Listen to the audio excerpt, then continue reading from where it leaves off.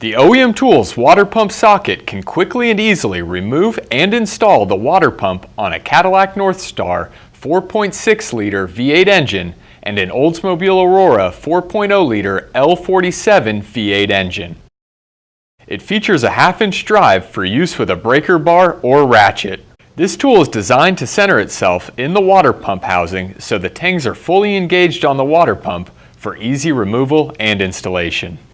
Before you get started, make sure you have a drip pan in place to catch the coolant that drains from the hoses that you'll disconnect from the water pump.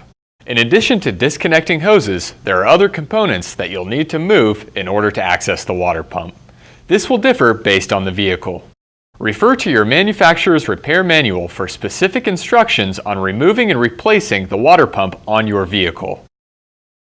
Once you're ready to access the water pump, attach the socket to the water pump. Line up the tangs on the socket with the retainers on the body of the water pump. With the socket securely engaged, remove the water pump from the housing by turning the socket clockwise with a half-inch drive, ratchet, or breaker bar.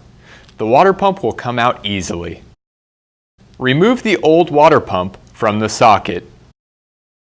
Clean the area of any corrosion and debris. Attach the water pump socket to the new water pump by lining up the tangs on the socket with the retainers on the body of the water pump. With the socket attached to the water pump, line up the small tab on the water pump with the appropriate slot in the housing. It should line up roughly in the 1 o'clock position.